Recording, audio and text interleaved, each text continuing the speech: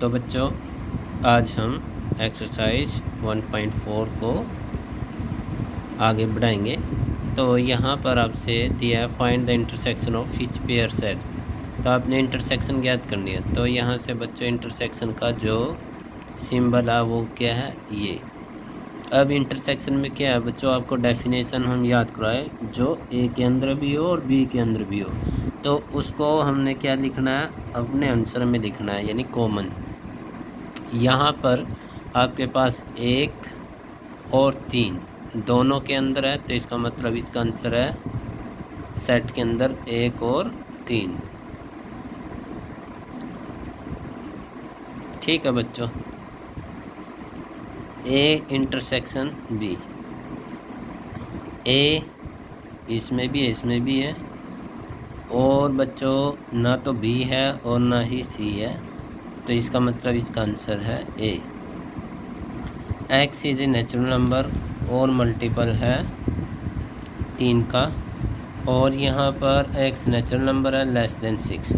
तो यहाँ पर ए की बात करें तो एक्स नेचुरल नंबर है और मल्टीपल है 3 का, 3 6 9 12 dash dash dash.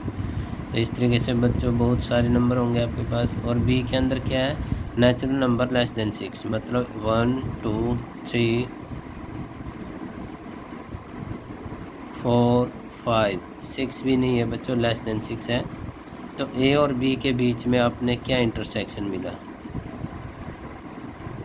Therefore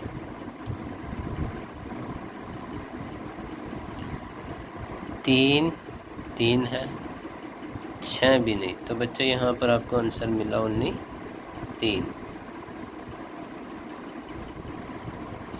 x natural number है और यहाँ पर 1 और 6 के बीच का, तो ए की जो वैल्यू है वो क्या है, 2 3 4 5 6। और जो बी की वैल्यू है बच्चों क्या है, नेचुरल नंबर है और 6 और 10 के बीच का, तो कौन होगा, 7 8 9।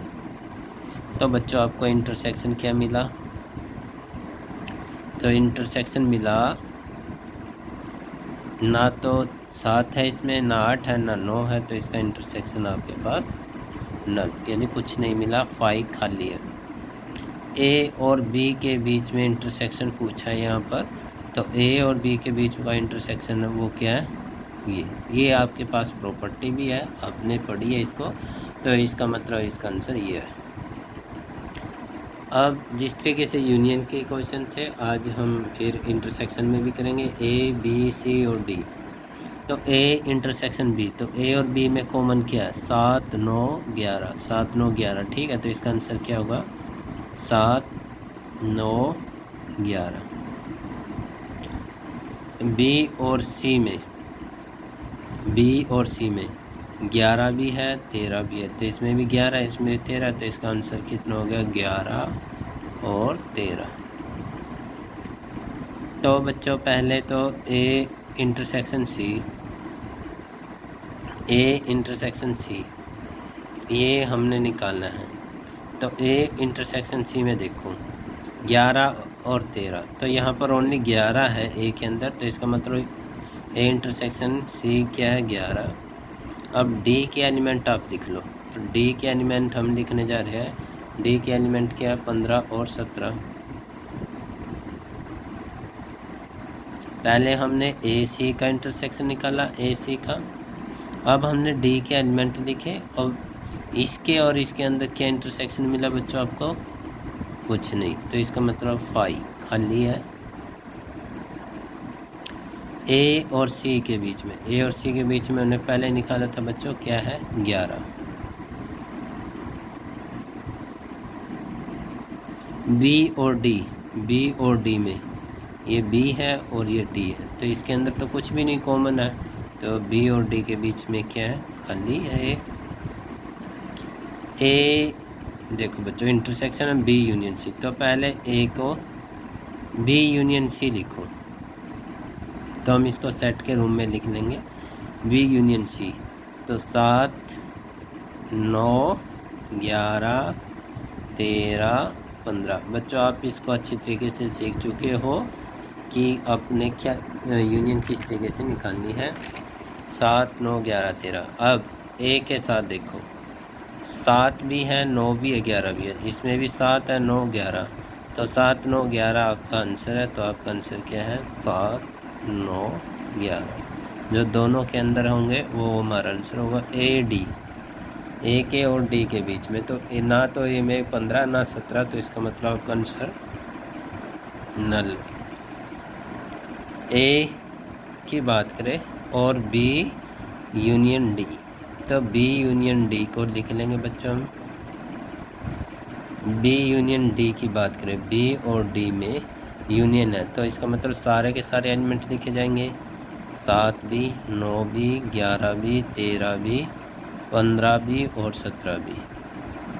अब 7 9 11 13 15। अब ए के साथ बच्चों इसका देखो, ए के साथ करना है, तो 7 भी है, 9 भी है और 11 भी, तो इसका मतलब आंसर क्या है 7 9 11।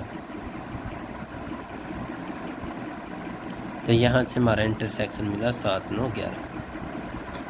अब बच्चों A intersection B, A intersection B आपके पास है, तो आप डायरेक्ट लिख सकते हो 7 9 11, है ना। हमने पहले निकाला है 7 9 11।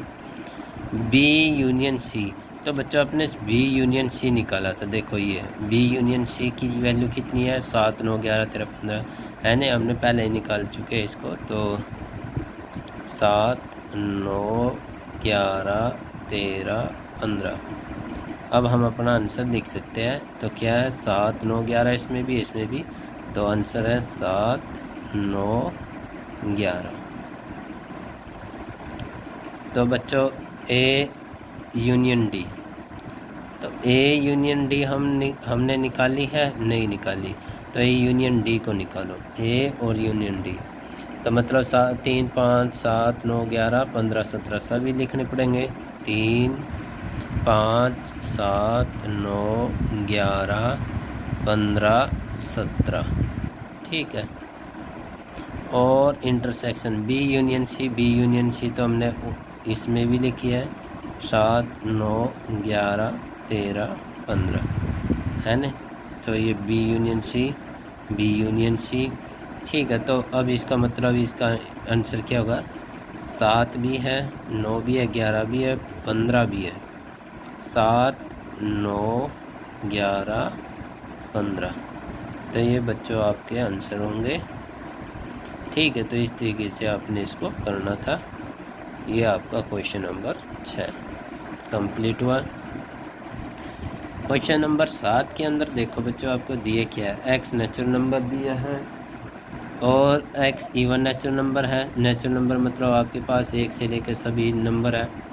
इवन नेचुरल नंबर का मतलब है 2 4 6 8 10, और नेचुरल नंबर का मतलब है 3 5 7, ठीक है नहीं बच्चों। ये आपके पास 1 2 3 4 डैश डैश डैश, मतलब इसका मतलब क्या है 2 4 6 डैश डैश डैश डैश। इसका मतलब क्या है बच्चों 1 3 5 डैश डैश डैश। और प्राइम नंबर, तो प्राइम नंबर कौन कौन से है बच्चों, 2 से शुरू होते हैं, 2 3 5 7 डैश डैश डैश, ठीक है। तो इस तरीके से जितने प्राइम नंबर आपने पता है तो वे। तो पहले में पूछा है ए इंटरसेक्शन बी, तो ए इंटरसेक्शन बी, तो बच्चों आपके आंसर क्या होगा इवन नेचुरल नंबर। तो इसका आंसर क्या होगा, आप डायरेक्ट लिख सकते हो बी, है ना, बी आंसर होगा, क्योंकि जो संख्या कम है वही इसका आंसर होगा। देखो ए में तो इवन भी और बी, और बी के अंदर केवल इवन इवन, तो मतलब इवन ही आंसर होगा। तो इसका मतलब इसका आंसर क्या होगा, x is even natural number, ठीक है। तो आप इतना ही लिख सकते हो इसको।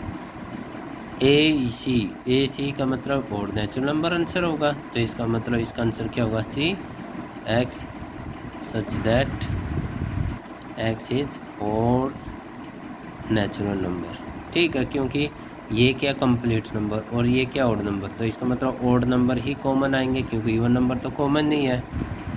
तो इस तरीके से आपने इसको लिखना था। बी इंटरसेक्शन सी, बी और सी में ये इवन है और ये ओड है, तो इसमें तो कुछ भी कॉमन नहीं आएगा, तो इसके अंदर क्या कॉमन है, नल। क्योंकि यहाँ पर तो इवन नंबर है और यहाँ पर क्या ऑड नंबर, तो कुछ भी कॉमन नहीं है।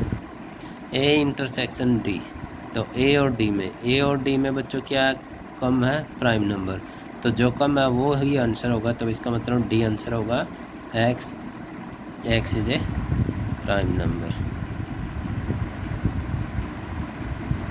ठीक है, तो ये आपका आंसर है। बी और डी के बीच में क्या होगा, इवन नेचुरल नंबर है तो इवन नंबर 2 और इसमें भी 2, तो इसका मतलब इसका आंसर क्या होगा बच्चों, 2।